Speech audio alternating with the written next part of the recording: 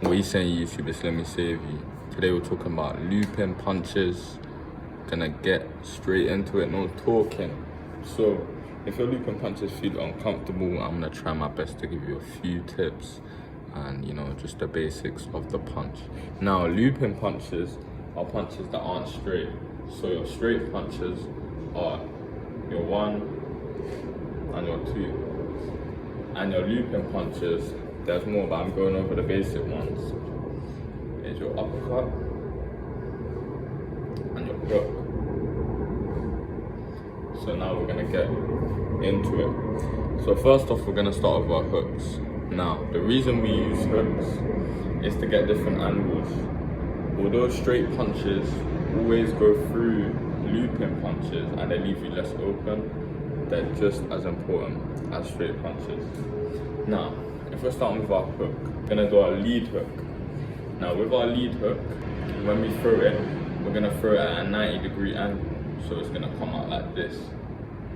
And we're gonna make sure that our wrist is straight and not bent to prevent injury. Because if this hits something like this, we both know you're gonna break your wrist or damage it severely.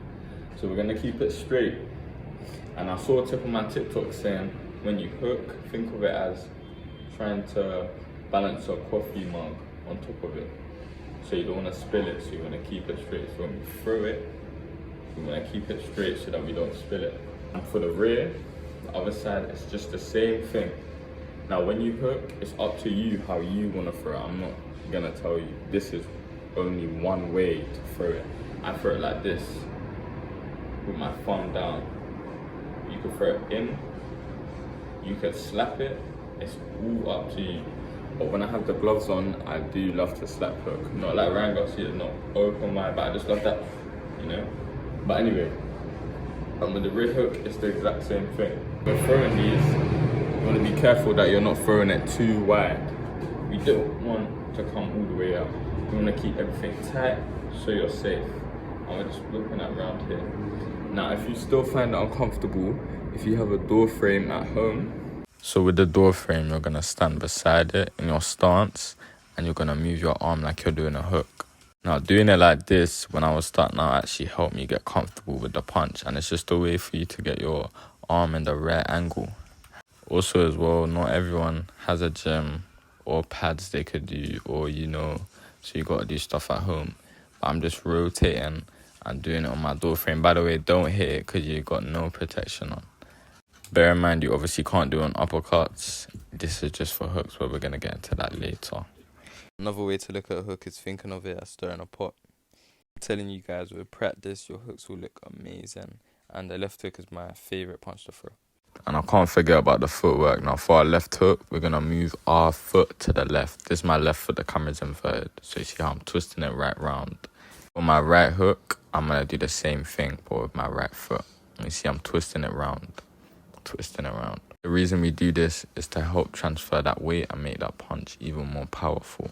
Now, let's talk about hooks to the body. When you're throwing your hook to the body, there's multiple ways you could do it, but I like to whip it. So we're here, I'm gonna bend for the left hook to the body, deliver shot. Bend our knee, slightly, ever so slightly like this. I'm gonna come, drop, come up like this, and we're gonna pause here. We're not gonna go right through, but we're gonna like this, and it's the same for the right. And remember, the camera's inverted, so I'm doing it right. So again, bend that knee slightly and just come up here, like this, or even a bit higher if you want. To come back at the top. The hooks you want to aim for weak spots. The chin is weak. You can get, that's another reason why we use hooks, for the chin. And the chin is a very weak spot. Also, we're going to aim for the liver. Now the liver's on the right side of the body, and it does actually stretch up like this and go across. But if you hit someone here hard enough, they will fall down, they will drop, unless they're very conditioned. But if you put all your power into it, they're definitely not gonna firm it. And I'll show you side on as well of what I'm doing. Here, and we're not slipping. You don't have to slip and do it. You can just bend on it like this. That's the right side. Like that. So we also can get the solar plexus, which is right under the chest, right here. And if you're wondering how can we get a hook in the solar plexus, it's basically if we switch our angle. So when you fight people, you might fight them straight on, but you can also move your head off the center line. I can fight here as well. I can also turn on someone and I can fight them here and they're facing this way.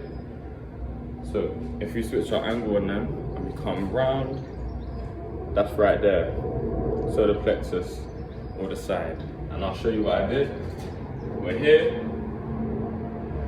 I'm gonna come around to the side. I can either pivot, go here, or I can shift and come right, just like that. So now we're gonna move on to the uppercuts. Now with your uppercut, you wanna make sure again that your wrist is not bent when you throw it. And you really wanna use your body and drive through like this. And now we're gonna do our lead hand, I'm gonna come like this.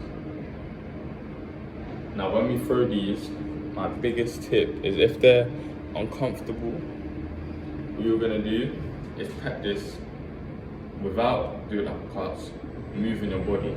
So when I throw my rear uppercut, this is my right hand, I'm coming like this. You see how I'm using my body to help me, and it's going out, it's going this way, out this way. It's not going straight, it's going like this. And if we're doing our left uppercut, lead uppercut, we're gonna move off our leg like this, you see? So the right goes up and out, the left goes diagonal, like this. When you throw your left uppercut or any uppercut, you can also slip and come up, or you could just stay right here for the center, but you can come off the center line and slip, but if you do that, it might be a bit too predictable. The footwork for the uppercut, we're gonna come through and our foot's gonna follow through. It's like we're throwing a backhand. This is my rear uppercut. So we'll also, of course, transfer that weight and you're putting your whole body into something, you're gonna get the most power. And on our left foot now, which might feel a bit awkward, but you can twist or just drop that knee a bit further down. It's really up to you. So this is how we throw these uppercuts to the body.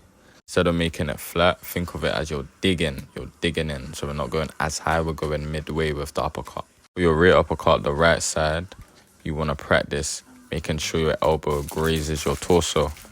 And your lead uppercut, you just want to dip on that leg, remember. Pretend like it's coming diagonal and it's not going to look like the hook to the body. Slightly different, but they both do a lot of damage. Remember, do not shy away from the body. If you're just in your room, at yard, just at me, and just practice these just to be clean, just for fun. Where to aim with your uppercut is the chin, and also you can aim for the liver as well. This is my right side, remember. Excuse my creased hoodie. And you can aim for the solar plexus, of course. And, you know, anyway, pretty much. But those are the main spots that you hit with your uppercut. I'll show you with hooks, you rotate your body, you twist round like this. So if you need to practice twisting, twist round, twist your body. Don't be stiff. It's like dancing, right? Don't be stiff, you know, twist your body. I'm gonna turn down. You are? No? You better not, alright? Twist your body, but cool. So we're gonna rotate.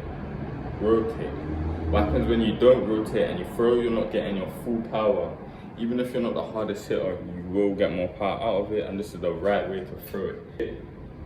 Our leg, just like that, you see? My leg's facing this way and my toes pointing this way. It's coming like I have a ball and I'm like this. I'm throwing my weight this way, right? And the same thing with my right, I'm going this way. You see? So like this. Okay, now with the uppercuts, which might be very uncomfortable, bear in mind looping punches, you do practice these, well, me personally, I found the straights quite easy, but the looping punches are harder. I don't want to make the video too long. I keep checking the time. My last video was way too long. Anyway, I'm gonna show you from a front angle now. Right uppercut, left uppercut, and you can see my body is moving just like this. Woo! I got no lotion. Yes, we cannot be stiff out here. Now, to get these punches to where you want them to be, you need to be practicing them 100 times. I already said this in my last video. Every single punch, do it 100 times. But these, if you still find it a bit awkward, trust me, practice them. Now, like I said at the start, looping punches will always lose to straight punches. And my boy asked me the other day, why do we throw looping punches? Why not the straights? And it's all about hitting different parts of the body. Your straight punch, you're gonna have to move to hit where you wanna hit them.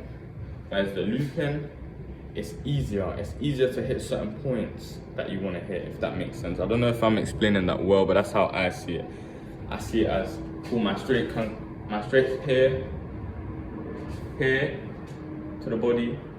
I can move off, I can hit sideways. I can also hit the liver. You saw Lomachenko against Devin Haney, when he hit his liver like this. You can still do a lot, but with the hooks it's just easier. You don't have to do too much. But I do believe straight punches are better than hooks. And when some people throw these, they can throw them a bit too wide, leave themselves open, and they are a bit more dangerous than straights.